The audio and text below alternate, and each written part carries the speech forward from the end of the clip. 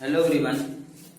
आज के इस लेक्चर में हम बात करेंगे लिमिट एंड कॉन्टिन्यूटी की। लिमिट एंड कॉन्टिन्यूटी का लेक्चर हमारा दो पार्ट में डिवाइड होगा। फर्स्टली हम पढ़ाएंगे limit and continuity and differentiability in the single variable x, and secondly we will discuss about the limit, continuity and differentiability in function of several variables.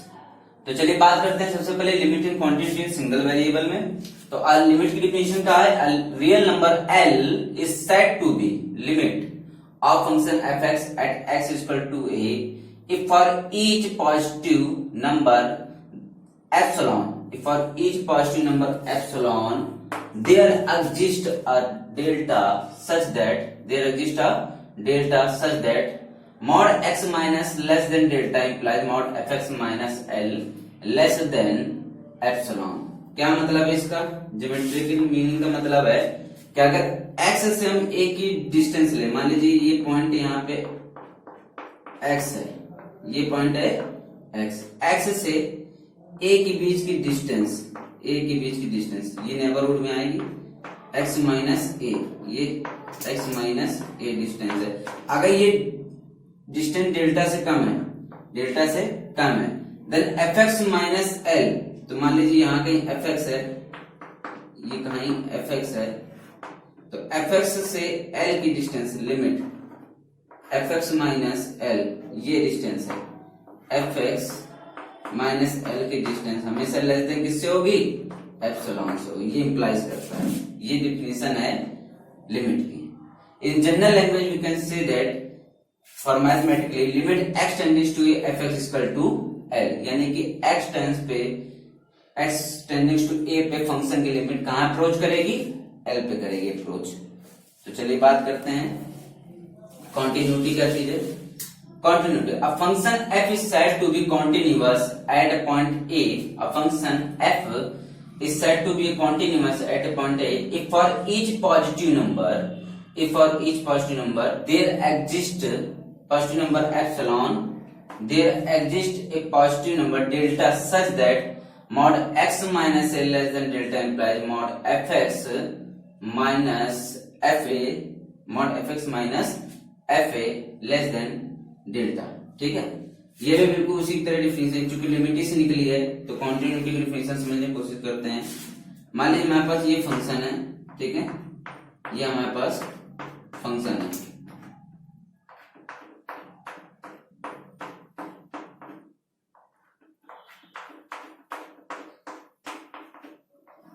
ठीक है, ये हमारे पास क्या है? फंक्शन है। और फंक्शन के लिए ये हमारे पास ये पॉइंट है a, ये a प्लस डेल्टा, ये a माइनस डेल्टा, ये a प्लस डेल्टा है और ये a minus delta.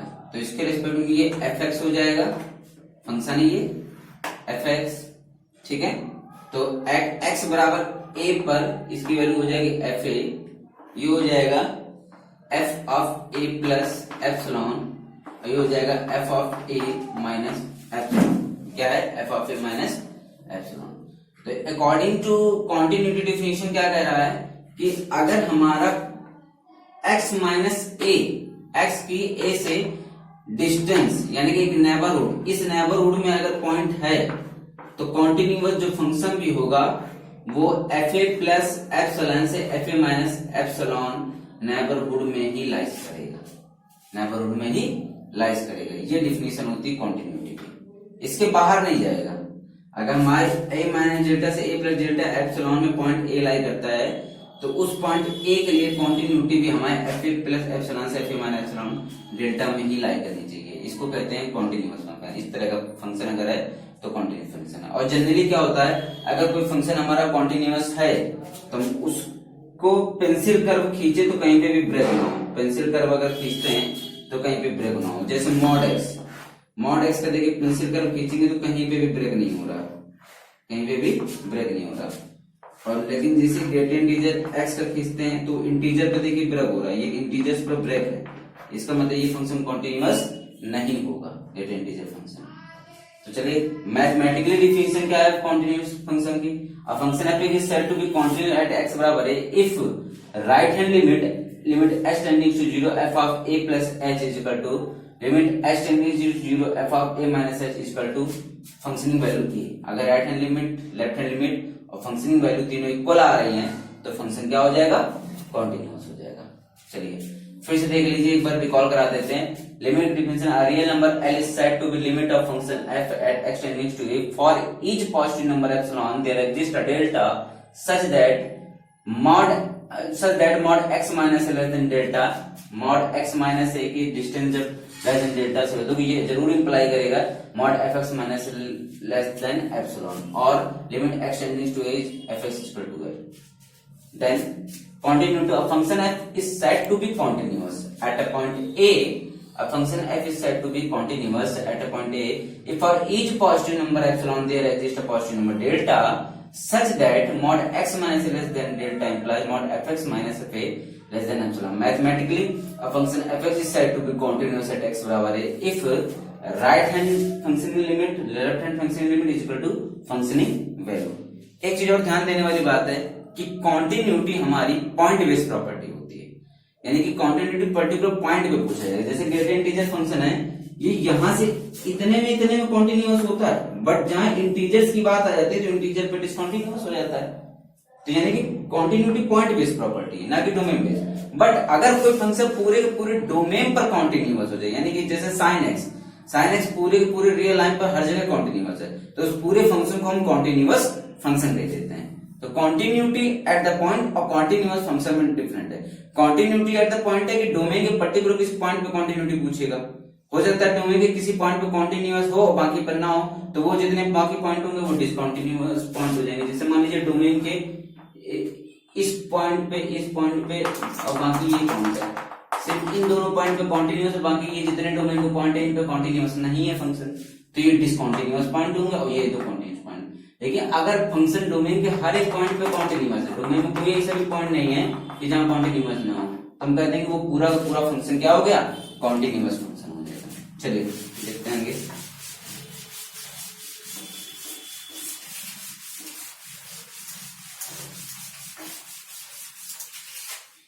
Limit.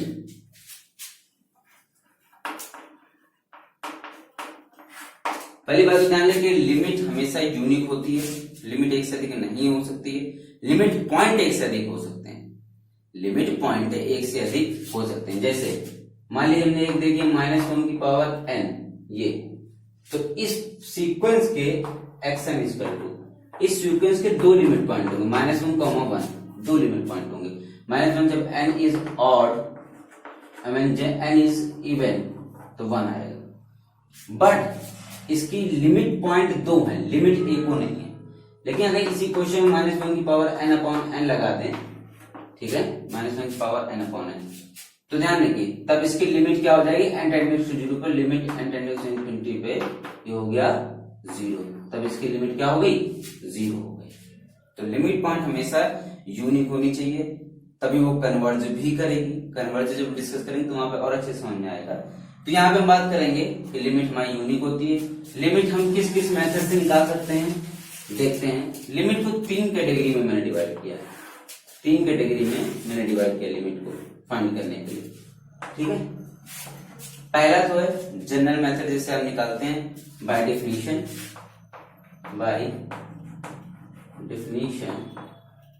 Limit x tending to a f of x equal to l।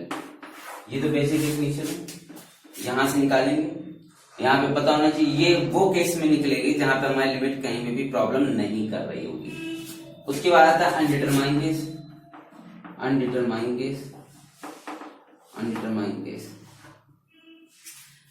Case कौन कौन से, 1 की power infinity upon infinity, 0 infinity upon infinity, 0 upon 0, ठीक है, इंफिनिटी की पावर इंफिनिटी इंटू इंफिनिटी। अगर इस तरीके के केस हमारे पास आ रहे हैं, इस तरीके के केस हमारे पास आते हैं, तो अनडिटरमाइंड केस में हम निकालेंगे limit by L'Hospital rule,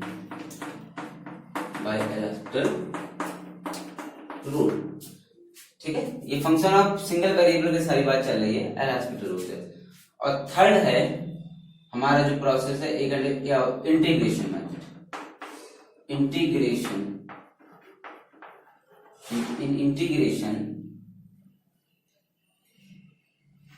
method, ठीक है, इंटीग्रेशन मेथड से बताएंगे हम आपको। ठीक है, यहाँ पे तो 3 मेथड से लिमिट निकालेंगे और इस मेथड में, इनमें कुछ मेथड्स में, ये तो एल हॉस्पिटल रूल का सिंपल बात है। एल हॉस्पिटल रूल में एक और आएगी हमारा जो होगा लेबनीज रूल से प्रॉब्लम होगी। लेबनीज रूल, यहाँ पे इंटीग्रेशन करते हैं, इंटीग्रेशन में डिफरेंशिएशन करते हैं, एक और रूल आएगा। और यहाँ पे हमारा सारे जो होंगे कुछ थ्योरम्स हैं, जैसे सैंडविच थ्योरम, ठीक है, Cauchy theorem, sandwich theorem, Cauchy theorem, ठीक है, ये सब, और सैंडविच, कॉची, और बस बेसिकली यही 2 हैं जिनको हमें याद रखना है, सैंडविच और कॉची थ्योरम, इनका यूज होगा। ठीक है, तो ये पूरा चार्ट है हमारा लिमिट का, जिनको हमें ध्यान रखते हुए प्रॉब्लम करनी है। तो चलिए पहले इसको नोट कर लीजिए, फिर हम बताते हैं कैसे किस टाइप की प्रॉब्लम आएगी, फिर डिस्कस करते हैं। देखिए लिमिट वाले sandwich theorem, Cauchy theorem and और अनडिटरमाइन के L hospital rule. L hospital rule में क्या है, फंक्शन का डिफरेंशिएशन करते जाते हैं तब तक जब तक अनडिटरमाइन फॉर्म इसकी हट ना जाए। ठीक है, दोनों में अगर ऊपर ही फंक्शन सिर्फ इस टाइप का बनना है तो फंक्शन का दोनों आप न्यूमरेटर डिनोमिनेटर दोनों में डिफरेंशिएशन करते जाते हैं जब तक ये फंक्शन का अनडिटरमाइन केस खत्म ना हो जाए। ठीक है, इंटीग्रेशन मेथड में इसका ये स्पेशल प्रॉब्लम बताएंगे भी, और ये सैंडविच और कॉची देखिए बताते हैं, नोट कर लीजिए इसे।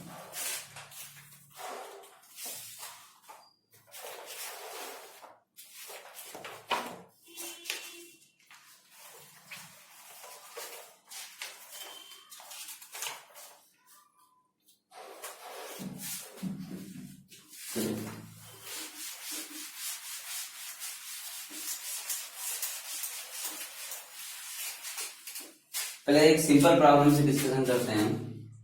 मान लीजिए हमें प्रॉब्लम दे दी limit x tending to 0 sin x upon x, इसकी हमें लिमिट बतानी है। देखिए जरा, तो अगर limit x tending to 0 sin x upon x की लिमिट बतानी है तो हम जानते हैं सिंपल, अगर हम x टेंडिंग टू 0 कहेंगे तो sin 0 upon 0 equal to 0 upon 0, तो ये तो लिमिट हो नहीं सकती, ये अनडिटरमाइन केस बन गया। तो 2 मेथड से कर सकते हैं। First by L'Hospital rule,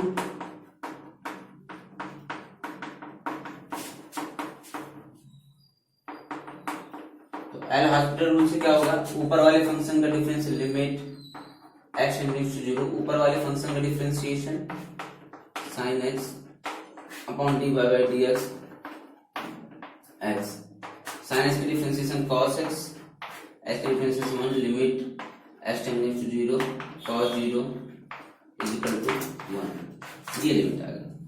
और दूसरा जिनके हमें एक्सपेंशन पता होते हैं, जैसे जिनके एक्सपेंशन पता होने मतलब sin x, cos x, tan x, sin inverse x, cos inverse x, tan inverse x, e की पावर x, 1 प्लस x की power n, log 1 plus x। अगर ऐसा प्रॉब्लम में एक्सपेंशन आते हैं तो उन एक्सपेंशन का यूज करके भी लगा सकते हैं। जैसे sin x का सेकंड मेथड है, सेकंड मेथड sin x का एक्सपेंशन होता है x minus h cube upon factorial 3 plus h की power 5 upon factorial 5 and so on upon x and limit x tending to 0। x पूरे common ले लीजिए और कैंसिल कर दीजिए तो बचेगा 1 माइनस x की power upon factorial 3 plus h की power 4 upon factorial 5 and so on limit x tending to 0। x बराबर 0 दे तो ये सारे टर्म 0 हो जाएंगे, बचेगा सिर्फ 1। ठीक है, तो ये मेथड तो ध्यान रखिएगा जहां पर जो अप्लाई कर सकते हैं आप। अगर एल हॉस्पिटल रूल आपको इजी पड़े, लगता है कि उससे हो जाएगा तो वो यूज करिए। अगर एक्सपेंशन से लगे इजी हो जाएगा प्रॉब्लम तो बेझिझक एक्सपेंशन यूज करिए, कोई प्रॉब्लम नहीं है। ठीक है, जहां पे जो यूज करना चाहे। चलिए बात करते हैं अगले क्वेश्चन की।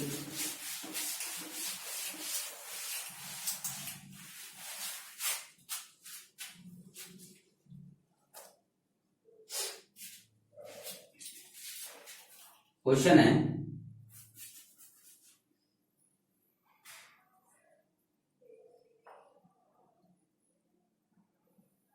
साइन, क्वेश्चन देख लेते हैं जरा, लिमिट का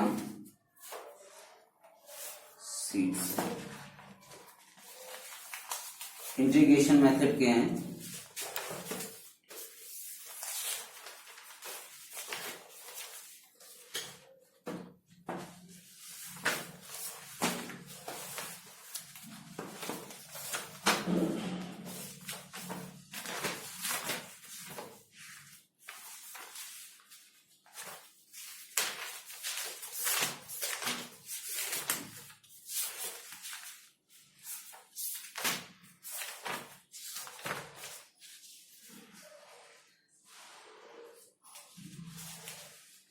चलिए क्वेश्चन है, लिमिट x टेंडिंग्स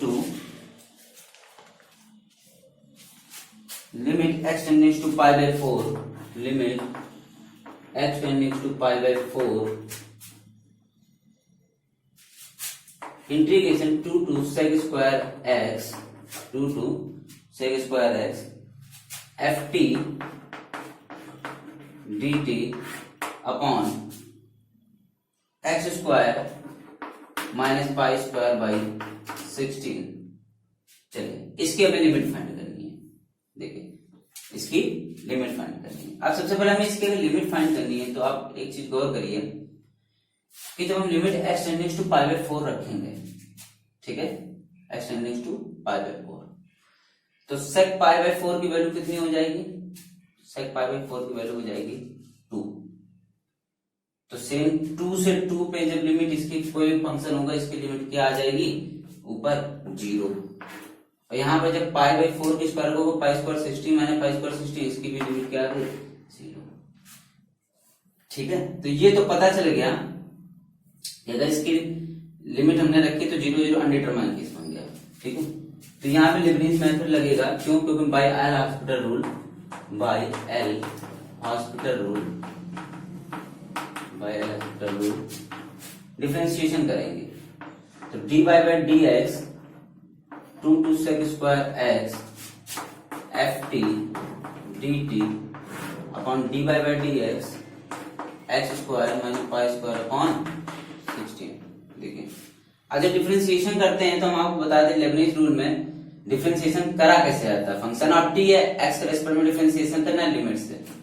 तो इसका जो फॉर्मूला होता है पहले फॉर्मूला लिख लीजिए, d अपॉन dx, ठीक है, और फाई एक्स अगर लिमिट से लिमिट फाई ऑफ t है, सॉरी फाई ऑफ t से sigh of t F T D T है, तो इसका डिफरेंशिएशन होता है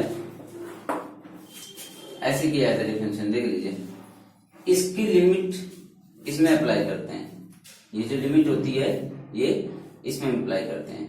तो f ऑफ ये लिमिट ऑफ x होगा, sorry phi of x psi of x, तो f of phi of x limit apply कर दी इनटू इसका डिफरेंशिएशन, तो फाई डैश x माइनस फिर ये लिमिट इसमें अप्लाई कर दी f of psi of x into इसका डिफरेंशिएशन साई डैश x। ये होता है डिफरेंशिएशन का फॉर्मूला।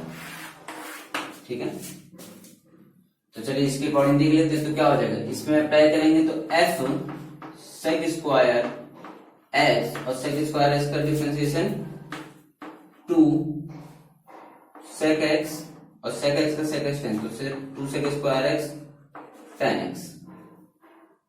ठीक है, माइनस 2 कांस्टेंट 0, कांस्टेंट डिफरेंशिएशन 0 करेंगे तो f ऑफ 2 इंटू 0 अपॉन इसका डिफरेंशिएशन करेंगे तो आएगा 2x माइनस 0। ये 2 से 2 कैंसिल हो जाएगा, कुल मिलाकर बचेगा sec square x 10x into f sec square x upon x। अब x बराबर हमें क्या लिमिट फाइंड करनी है? पाई बाय 4। तो पाई बाय 4 पुट करिए जरा, देखिए कैसे किसी में 0 बनना है, देखिए किसी में 0 नहीं बनेगा। तो sec पाई बाय 4 की वैल्यू हो जाएगी 2। तो लिमिट जब अप्लाई करेंगे, यहाँ limit x tending to pi by 4 लिख दीजिए। तो जब लिमिट अप्लाई करेंगे तो sec पाई बाय 4 की value 2 into tan pi by 4 की value 1 f sec pi by 4 की value 2 sec square f2 upon pi by 4। तो ये क्या हो जाएगा 8 अपॉन पाई इंटू f2। ये इसकी लिमिट आ गई। इसकी लिमिट क्या आ गई 8 अपॉन 2 इंटू f2, इस क्वेश्चन की लिमिट। चलिए नोट कर लीजिए 8 upon 2 into f2, 8 upon pi into f2, ये इसकी लिमिट आ गई। चलिए नेक्स्ट क्वेश्चन देखते हैं जरा, इसी पर बेस्ड। चलिए नोट कर लीजिए जल्दी से। एक क्वेश्चन और है, जब इंटीग्रेशन मेथड का जो प्रॉब्लम है उस पर आधारित प्रॉब्लम देखते हैं क्या है। लिमिट x टेंडिंग टू 0, एक और इस पर प्रॉब्लम पहले लगवा देते हैं फिर देखते हैं। इस पर एक लास्ट प्रॉब्लम है, लिमिट x टेंडिंग टू 0, एक इसी प्रॉब्लम पर बेस लगा था। Limit x tending to 0, problem है 0 to x square cos square t dt, 0 to x square cos square t dt upon x sin x।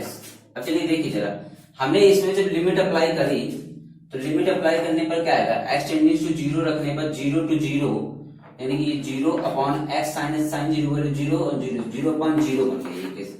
अब 0 upon 0 बन गया ये केस तो अनडिटरमाइन केस बन गया, यानी कि एल हॉस्पिटल रूल लगेगा।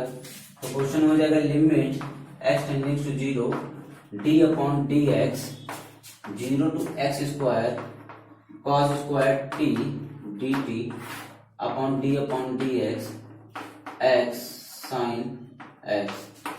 तो क्या हो जाएगा देखिए, इसका डिफरेंशिएशन करेंगे तो वही मेथड। सबसे पहले क्या करेंगे, एक्स स्क्वायर को ये एक्स स्क्वायर फंक्शन बना देंगे तो cos स्क्वायर एक्स स्क्वायर का डिफरेंशिएशन 2x माइनस 0 का डिफरेंस 0 उसमें पुट करेंगे और 0 डिफरेंशिएशन 0, तो ये पूरा 0 आ जाएगा upon d x sine x का cos x minus sine x differentiation 1। तो अब limit x tending to 0 put कर दीजिए। तो यहां जब 0 पुट करेंगे लिमिट x टेंडिंग टू 0, तो ऊपर वाला तो पूरा 0 बन जाएगा और नीचे वाला भी 0 बन जाएगा, क्योंकि तो ये 0 करेगा ये 0 करेगा। तो फिर से हमारा बन गया 0 अपॉन 0 का केस। जब फिर से 0 अपॉन 0 केस बन गया तो इस बार फिर से डिफरेंशिएशन करना पड़ेगा हमें, ठीक है। तो एक बार और इसका डिफरेंशिएशन करेंगे तो देखिए 2x into cos square 2x लिखा है तो 2 बाहर कर लिया, x लिख दिया। cos स्क्वायर x स्क्वायर का डिफरेंशिएशन क्या होगा, cos स्क्वायर x स्क्वायर का differentiation, cos square x square का डिफरेंशिएशन 2 cos x स्क्वायर, ठीक है, इंटू साइन माइनस का साइन x स्क्वायर और x स्क्वायर का 2x, ये डिफरेंशिएशन आ जाएगा, ठीक है। तो x साथ में, तो कुल मिला के इसका डिफरेंशिएशन आ गया माइनस का cos x स्क्वायर का cos x स्क्वायर का 2 cos स्क्वायर x स्क्वायर का, हाँ ठीक है, तो 2 आगे आएगा, तो ये आ गया माइनस का 2 cos x square sine x square into 2x, ठीक है, ये डिफरेंशिएशन आ गया।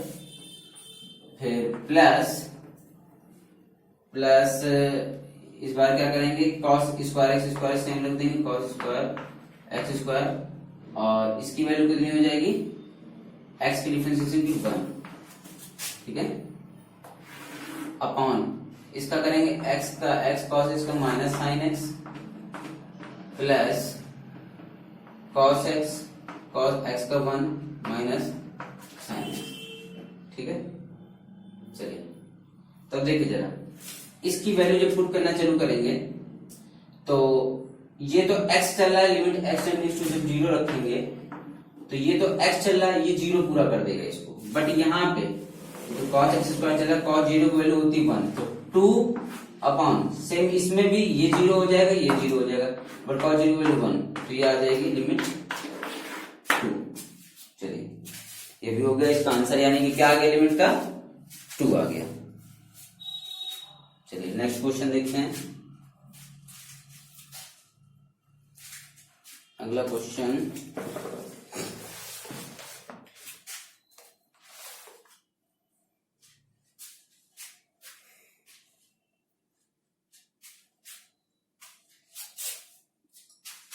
इसको नोट कर लीजिए।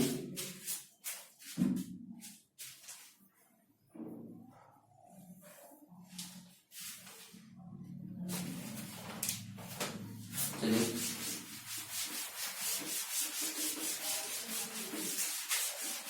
नेक्स्ट क्वेश्चन है,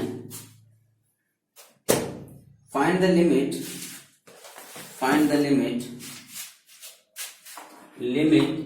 n tends to infinity, limit n tends to infinity 1 upon n summation r बराबर 1 से 2n r upon under root n square plus r square, इसके लिमिट फाइंड करनी है हमें। Limit n tends to infinity 1 upon n summation r बराबर 1 से 2n r upon under root n square plus r square. इस type के question में हम लोग ट्रिक ध्यान रखिए, क्या करेंगे हम लोग r अपॉन n की फॉर्म बनाएंगे, r अपॉन n को बराबर लिखेंगे t में, r अपॉन n को t में, 1 अपॉन n बराबर dt में चला जाएगा, r अपॉन n बराबर t 1 अपॉन dt, और इसके अकॉर्डिंग लिमिट लगा के summation integration and summation change into integration. तो चलिए limit n tends to infinity, इसको करा। सबसे पहले देखिए यहां से r अपॉन n की फॉर्म करने तो n बाहर ले लिया, ठीक है, n बाहर ले लिया, तो ये हो जाएगा 1 अपॉन n समेशन r बराबर 1 से 2n, n बाहर लेंगे तो ये हो जाएगा r upon n under root 1 plus r upon n का whole square. r upon n बराबर t मानेंगे तो limit n tends to infinity r बराबर 1 अपॉन t मानेंगे तो ये हो जाएगा 1 अपॉन n किस में चला जाएगा, dt में चला जाएगा, r अपॉन किस में जाएगा, t में चला जाएगा, upon under root 1 plus t square, upon under root 1 plus t square. अब इसके अकॉर्डिंग लिमिट लग लीजिए, r बराबर जब अपर लिमिट क्या है 2n, तो r अपॉन 2n क्योंकि फंक्शन ठीक है तो लिमिट t होगी, r बराबर 2n रखेंगे तो 2n अपॉन n बराबर t n कैंसिल, तो अपर लिमिट हो जाएगी 2, अपर लिमिट 2, और लोअर लिमिट क्या होगी, लोअर लिमिट r बराबर 1 रखेंगे तो 1 अपॉन n बराबर t, और n कहाँ पे है, limit n tends to infinity, तो इसकी वैल्यू हो जाएगी n टेंड्स इन्फिनिटी पर, ये हो जाएगा 1 अपॉन इन्फिनिटी 0, तो अब लिमिट हट जाएगी क्योंकि n टेंड्स इन्फिनिटी, तो ये हो गया। अब यानी कि इस क्वेश्चन पे जो इसका सोल्यूशन आएगा वही इसका सोल्यूशन होगा। तो इसका सोल्यूशन मानने के लिए हम क्या करेंगे, मान लिया 1 plus t square under root 1 plus t square बराबर, मान लिया हमने एक्स स्क्वायर, क्या मान लिया एक्स स्क्वायर, तो इसका डिफरेंशिएशन करेंगे क्या आएगा 1 plus t square under 1 plus t square,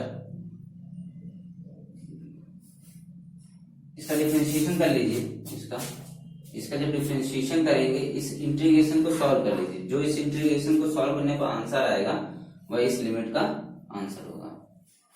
तो सॉल्व कैसे करेंगे, अंडर 1 प्लस टी स्क्वायर बराबर एक्स मान लीजिए, टी कुछ भी मान लीजिए, तो ये dt में चला जाएगा, सिंपल लिमिट इंटीग्रेशन कर देंगे। चलिए नेक्स्ट क्वेश्चन देखते हैं और प्रॉब्लम बताते हैं। एक प्रॉब्लम और है इसी में, लिमिट, प्रॉब्लम तो बहुत है बट हम हर टाइप की बता दे रहे हैं, इस पर और भी डिस्कस कर लेंगे। Limit x tending to 0, limit x tending to 0 plus, question है x बार मल्टीप्लाई चल रहा है, greater teacher 1 upon x plus greater integer 2 upon x plus and so on greater integer 15 upon x. इसकी लिमिट फाइंड करनी है। चलिए ठीक, हम जानते हैं ग्रेटेस्ट इंटीजर x जो होता है वो x minus fractional part of x होता है। ये होता है greatest integer x equal to x minus fractional part of x। ठीक है, तो इसके अकॉर्डिंग क्या हो जाएगा, ग्रेटेस्ट इंटीजर 1 अपॉन x जो होगा, ग्रेटेस्ट इंटीजर 1 अपॉन x बराबर हो जाएगा 1 upon x minus n upon x fractional part of x। ठीक है, और n अपॉन x जो फ्रैक्शनल पार्ट है वो लाई करता है 0 से 1 के बीच में, 0 से 1 के बीच में। तो इसको अलग अलग सॉल्व कर लेते हैं। तो ये हो जाएगा लिमिट x टेंडिंग टू 0, इसको लिखेंगे x 1 upon x minus fractional part of 1 upon x plus 2 upon x minus fractional part of 2 upon x plus and so on plus 15 upon x minus 15 upon x।